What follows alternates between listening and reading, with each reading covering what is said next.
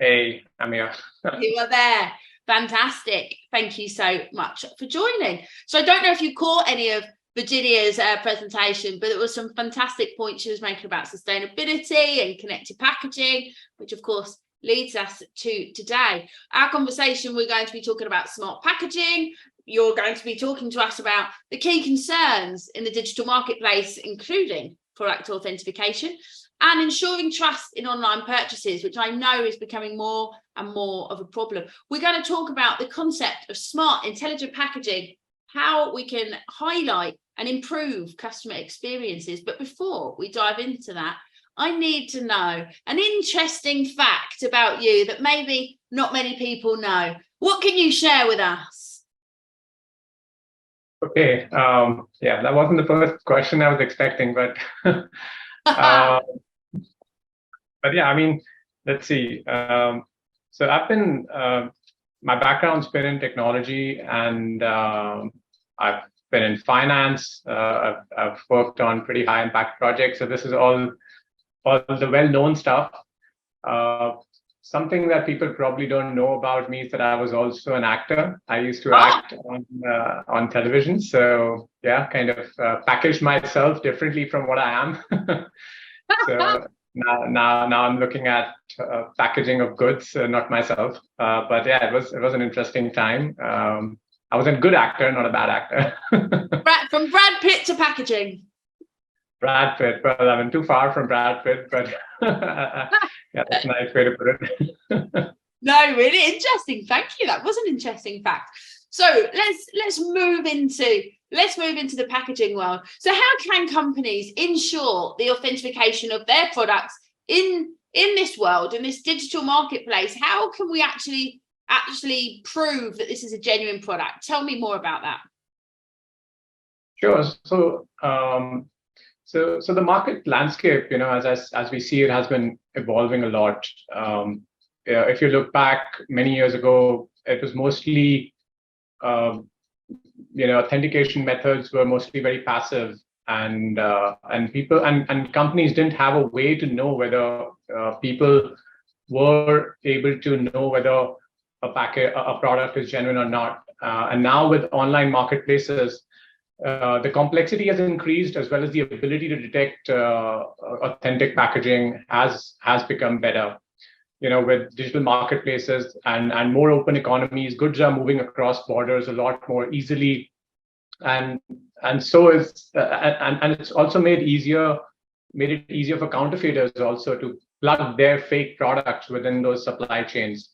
So if we were to look at how we protect packaging, we can look at it in the form of layers, right? So we have this concept of primary packaging, secondary and tertiary packaging.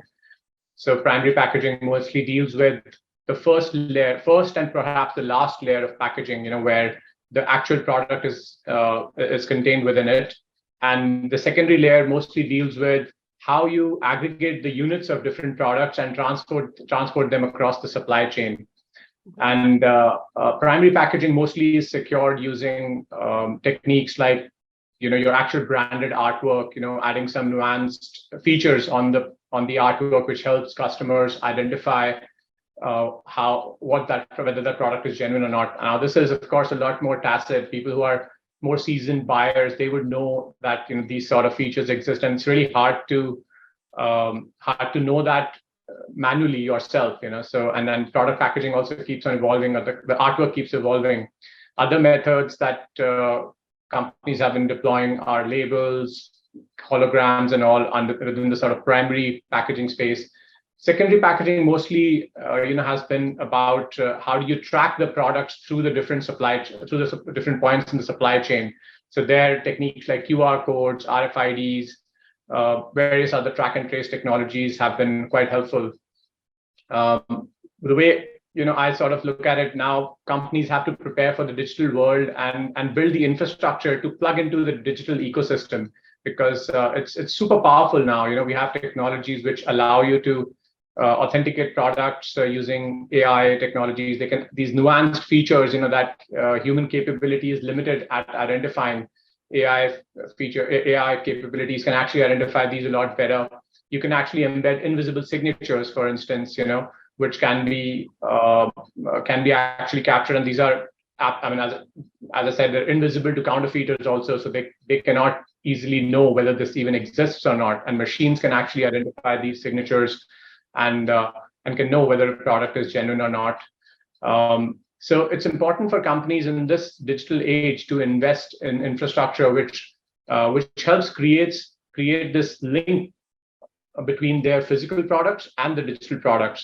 And it opens up a lot more opportunities, right? Because now you have instant feedback. Now you don't have to just wait and just spray and pray, that someone's gonna know that my product is genuine. Now you can proactively know whether somebody actually detected a fake product. So it's important to invest in this infrastructure, the digital infrastructure, which enables these technologies. That's what I feel. Yeah, definitely. Have you any particular case study or example where you've helped a brand combat their authentication problems?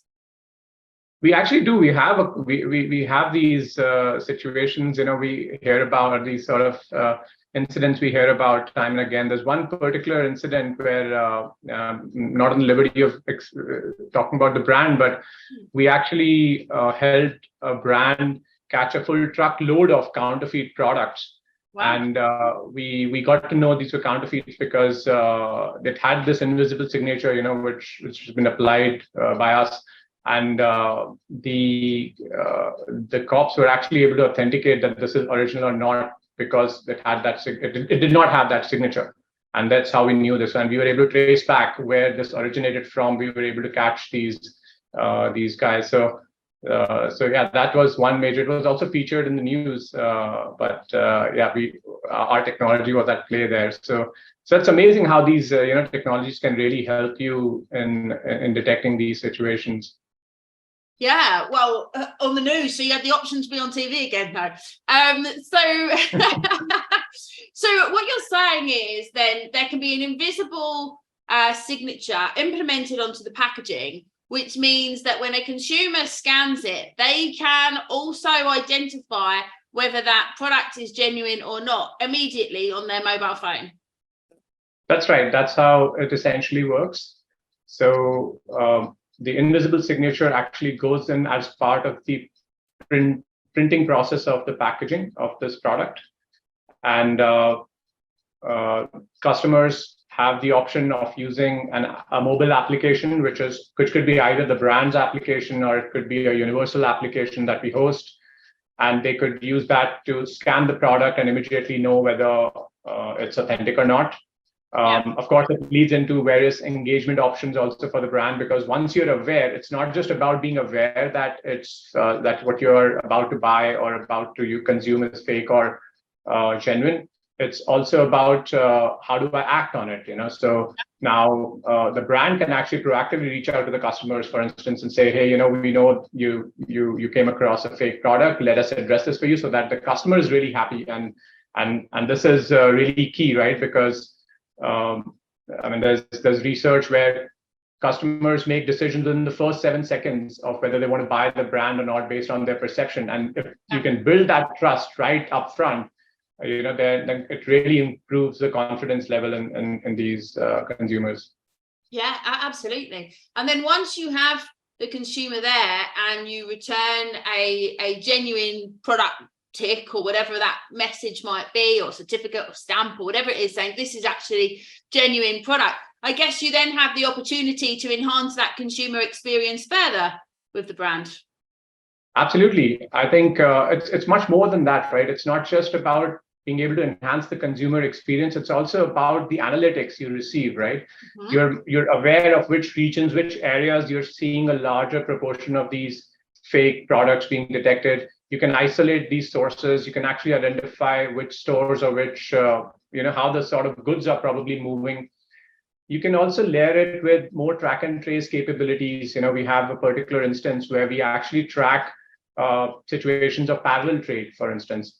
You can actually detect, because a product for global brands, for instance, they have products all across the world, but they have demarcated regions where certain products need to be sold and not the others. So if the products are moving across to different countries, then we can actually also detect that, because the signature tells you whether it's not just about whether it was fake or not. If you actually come across an original product, the signature would also help you identify whether it was meant for that market or not. So those kind of situations also you're able to detect. And of course, in terms of engagement, it goes across the board. You have such amazing capabilities with AR, VR, with Apple launching its Vision Pro. I'd imagine like in the future, people are going to be wearing VR glasses and walking around, right, just scanning their products, pretty much like the Terminator days, Terminator movie, right? So it's a bit like that, you can imagine. But I think this is where the world's heading, right? And it's making things a lot more efficient. And it's also influencing, I feel it's also influencing business strategy, because businesses are not only looking at products as just products. It's a combination of product and a service layered on top of it, because products are now just a way for brands to connect with their consumers and then start their engagement. It doesn't stop there. So it's like so much more you can build on just a vanilla product sale now.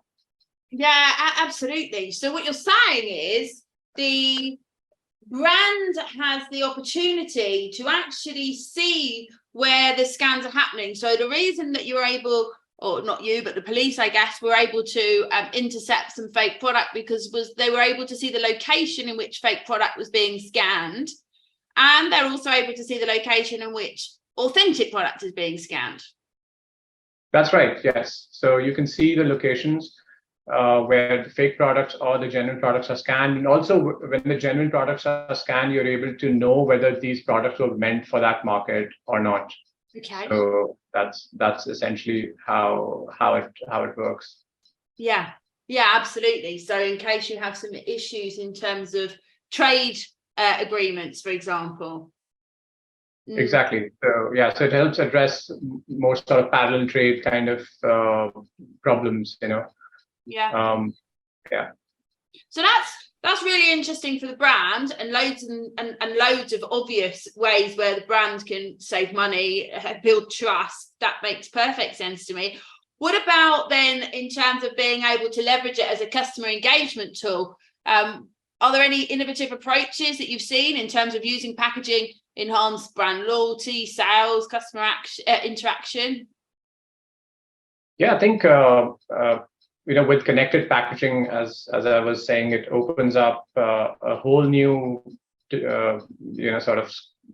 whole new set of possibilities.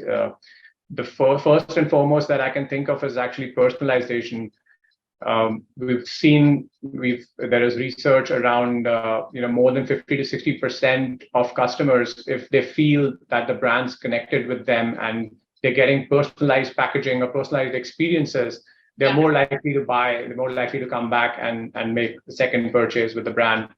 So connected packaging in this manner, allows you to create these personalized experiences, because once a consumer buys a particular product, and they scan that, exactly where the person is, and you can collect varying level of degrees of information about the customer, again depending on how comfortable they are with sharing these details, and you can then basically personalize the experience for them. We've had some really interesting case studies of whereas beer brands, for instance, creating loyalty programs, and even airlines, there are sort of examples of where you scan your tickets and then you get special offers. So those are the kind of things that you can do.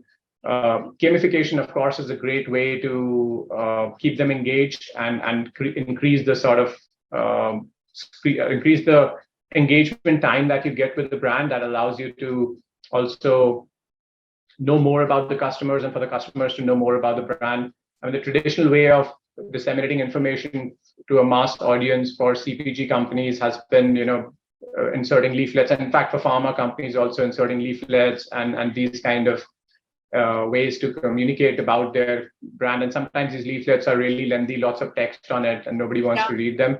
So, these kind of connected packaging allows you to get rid of those. It's also a much more sustainable way of communicating with consumers, and it's a lot more engaging. So you can create games around it. we've had a large FMCG company, for instance, where we implemented an experience, post-authentication experience, where consumers, when it's a noodle, pack, when you scan the noodle pack, you get a list of recipes you can make with that pack, so how you can, what are the different things you can do for that. So those are some examples, of how you could use, use these sort of technologies for consumer engagement. Much more effective than the traditional way. Yeah, absolutely. And, just going back to that recipe idea as well, recipes on how to use the product, but potentially video as well. So, being able to watch something or watch somebody, rather than have to read quite a lot of text, I think is a really great way for connected packaging to enhance that customer experience as well. So what you're talking about in the end is the ability for the brand to be able to protect and build trust, but also to be able to build engagement and build on loyalty, which we know is a big issue right now, especially with inflation, which means that people are really watching where they spend their money at the moment. So there's actually solutions to both things there. Are there any particular, I know that you're coming at this more from an authentication first and foremost, but is there any particular industry, any particular vertical that you do more work with than others, or that you see authentication being a lot more important? Yeah, so authentication, I think, is a global issue and spreads across industries. The larger companies tend to be more affected, or the larger organization who have a strong brand reputation. These are the ones who typically are more concerned about it. But I feel this is an effort that companies should take in their early days, because if you don't implement strategies around brand protection, around authentication early on, by the time you actually start facing these challenges, it's probably too late, because you have a large quantity of products already out, people are using it, and you have no way to pull them back and sort of recertify them and put sort of brand protection on them. So and now there are, technologies like invisible signatures are significantly less expensive than traditional technologies like labels and all, which require a lot of capital expenditure in equipment. They disrupt the supply chain. They're not even reliable, easy to copy. So compared to those approaches, these are invisible signature technologies or cryptographic signature. These are the ways that, using digital technology, these are the ways you can actually do this in a more inexpensive and a more effective way. In terms of industries that are most affected, we've seen pharmaceutical. We've seen major. In Africa, it's a well-known fact. There are so many kids who die because of fake malaria drugs, and 30% of the drugs actually globally are counterfeited. So that's the scale of the problem within the sort of pharmaceutical vertical. The whole industry itself, the total value of counterfeited goods is pegged at about $3 trillion. So that's the scale of the problem we're talking about. So pharmaceutical is definitely one major sector where this is an imminent need, and it also gets a bit more complicated, because in the pharma sector, it's you cannot change the artwork, or you can't apply additional materials onto the packaging. So therefore, you have to be conscious of not altering the artworks, not altering your packaging or your supply chains. For each edit that you make, you need to go through approvals. So it's a lot tougher. Other than that, beverages, FMCG goods, again, are a major victim of counterfeiting. So this is another industry vertical where we do a lot of work. Surprisingly for me, when I got to know about it, automobile parts and agricultural parts, like these industrial parts, is another major area. There's a lot of counterfeiting that happens. Products are being manufactured in countries like China, and there are lots of these small factories which are producing counterfeited parts and then selling them off in the aftermarket. So these brands are really concerned about, because it can actually lead to a counterfeit part could actually lead to a fatal accident. If it's installed in a car or in a vehicle, right? So that's another area which we see as major industry where we've been working with. We've got a couple of large clients as well. Yeah. So yeah, I think these are some of the key industries. But luxury goods, shoes, like we all have our special pair of Nikes and Adidas now. So the counterfeit market in shoes is about 5 times the original market. So it's a staggering number. Wow. So there's a 1 in 5 chance you will land on an original shoe. If you were to just put any random 5 shoes out there. So that's the scale of the problem in that market. Luxury goods again, and each of these industries, I feel, have specific needs. So you need to tailor solutions based on each of these industry verticals, because they face a different environment and a different way in these counterfeiters act within these industries. So therefore, it's important to understand what the real challenges of each of these industries are before you go with the vanilla solution. Yeah, no, you mentioned some there that I wasn't expecting. We've obviously done work with FMCG, food and drink, and there's problems with baby milk, and there's problems with juice, even there's problems with small seasoning and spices, which did surprise me when we started working on that. But medicine is life-threatening, as of course could be baby milk, but medicine, if you're talking about such huge numbers, that really surprises me. And then auto parts, that of course we can be talking about life-threatening accidents. So some really important large-scale applications for this technology. Yeah, no, absolutely. I think we've seen in the news articles about even food items, right? FMCG goods, packs of noodles, being sort of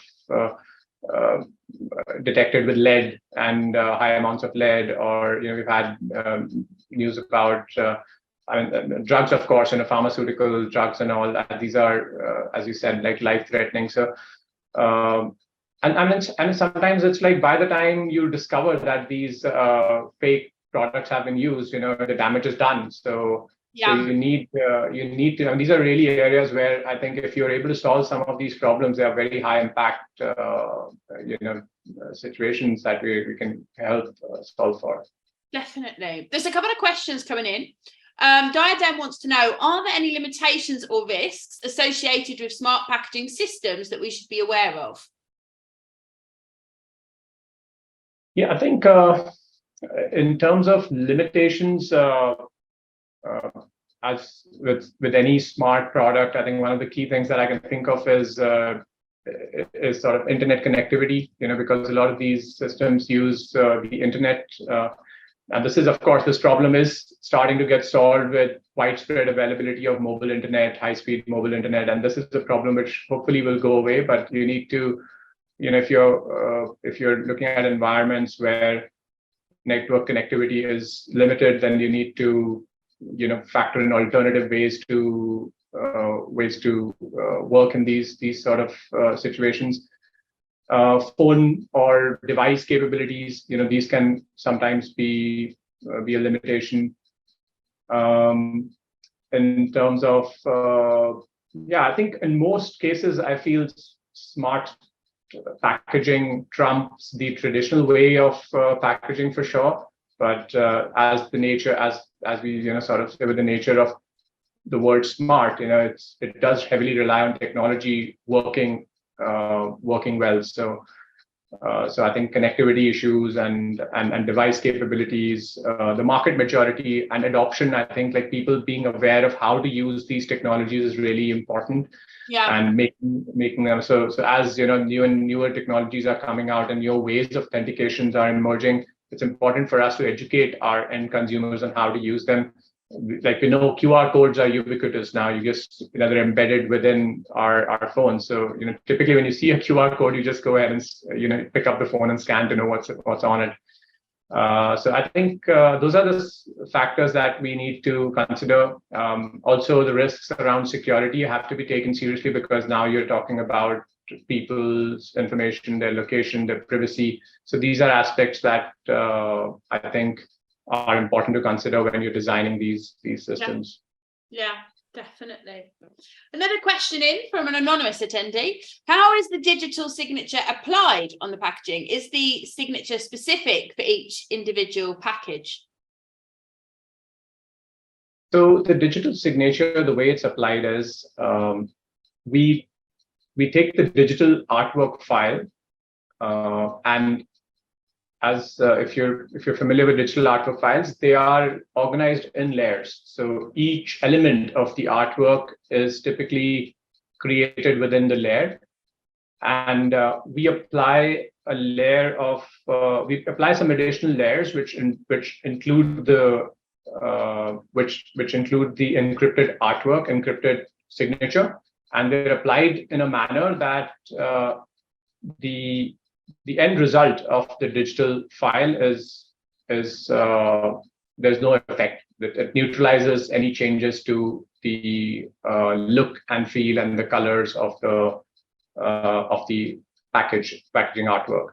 This file is then eventually sent to print, and then it's applied to the packaging materials, and then the product is packaged within these materials, and that's how it sort of carries it. That's how it becomes the packaging becomes a carrier of this encryption.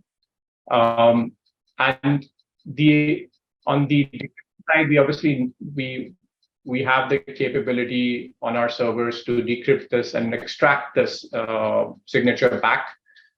To the human eye, it's invisible. You cannot see any difference from an unencrypted and an encrypted artwork. But when you scan it using a mobile phone, AI as we see it, has become is starting to become smarter, a little bit smarter than humans. So we kind of leverage that capability to get to know whether the packaging does carry the encryption or not. And there's a fair bit of redundancy within the artwork. So even if it's scratched or it's dusty, you're able to know, whether the signature does exist on the artwork or not. So that's essentially how the process is. Sorry, what was the next question around this? And the other part of that was, can the signature be specific for each individual package? Yeah, so it can be specific. So for each product, it is specific. But essentially, by specific, if you want to sort of embed a lot of information about the product within that, I'll take two steps back. So when I say specific, it has an identifier that is encoded within the artwork, and that identifier can then be mapped to a list of information or metadata associated with the product. So you can actually encapsulate a lot of information about the product, but within the artwork itself, we maintain unique identifiers for the product. Yeah, so it can be unique. Another question: what are the potential cost implications of implementing these smart packaging systems, and what's the return on investment that can be expected? Well, if you just see the amount of expense that it saves, you can kind of gauge the sort of ROI yourself.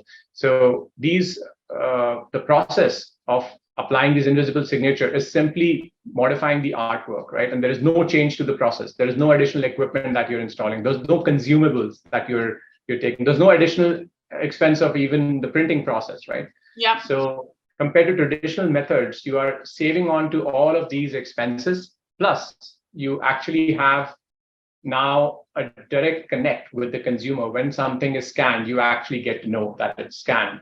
And essentially, what you have to pay for is a sliver of the cloud infrastructure that is maintaining this information for you of how many scans happened, where were the fakes, which locations, being able to engage with the customers, and that itself has a completely. You can build a new business model on it if you wanted to. Compared to traditional methods of anti-counterfeiting, this is. I can safely say it's at least 50x, of what you would typically apply. But you could actually do the math for we actually do the value analysis for our customers, and these happen some some amazing figures, what the sort of value that they see out of this. Yeah, no, I can imagine this is a huge problem. Last question, as we're running out of time. This one's from Mike, and he asks, is there a global body institution with legal backing that coordinates the pushback against serial offenders among companies or countries that promote counterfeiting patent infringement? Well, there are regulatory bodies like, so within the countries that we operate in, so for instance, for alcohol, there are central regulatory bodies which enforce that, even for pharmaceutical industries, there are bodies which enforce that every brand and these companies should have some way to check whether, the product that is being sold is counterfeited or it's the original. So the bodies do exist, but I think the onus of ensuring that the right approach is used is on the brand itself. So for them, they broadly need to know whether you have some approach or some technology that is implemented. They won't necessarily go on to the extent of mandating that a certain type of technology is what you should use. So that's where I think you have to have some sort of judgment that you have to exercise yourself in terms of what's going to be really effective. And this is where, there are a lot of options, and there's enough scope for innovation on what could be the best ways to protect your brand. And this is why various players exist. But yes, certain bodies do exist to regulate these products. Yeah. Yeah. Okay. One very quick last question. Is this solution only available for brands? I'm guessing not, so I'll move on. What happens if the packaging is exposed to too high temperature conditions? Too high temperature conditions, is that? Yeah. Yeah, so it's resilient to. I mean, we've tested these encryption approaches against dust, against smudging, against high temperature conditions as well. So it is resilient to high temperature conditions. So in that sense, because it's embedded within the artwork, so as long as the artwork itself is retained to a reasonable degree, the encryption, we are able to extract the encryption from it. So it works quite well in these conditions. Yeah, and it's not available only for brands. I guess you'll take any customers. Sorry, it's not available to? It's not only for brands. I guess anybody who has a use case for this can be a customer. Yeah, anybody can who has a use case. I mean, we're interested if someone's got ideas beyond brands. We're definitely keen to explore. You can actually protect your supply chain, if it's beyond brands as well. So we're also, we're looking at potential use cases where you could actually you could actually build experiences on top of brands as well, right? So if it's a product, you could also secure your own personal goods if you wanted to. You could have communities you could build around this. So those are also potential use cases. But of course, brands remain the primary users for these technologies. Yeah, for sure, it makes sense. So our time is definitely up. We've outstaged our time slot, but not a problem. Thank you so much, Karan. It's been great speaking with you. Thanks so much for your time. Thank you. Thanks so much, Jenny. It's really enjoyable speaking to you. Thank you.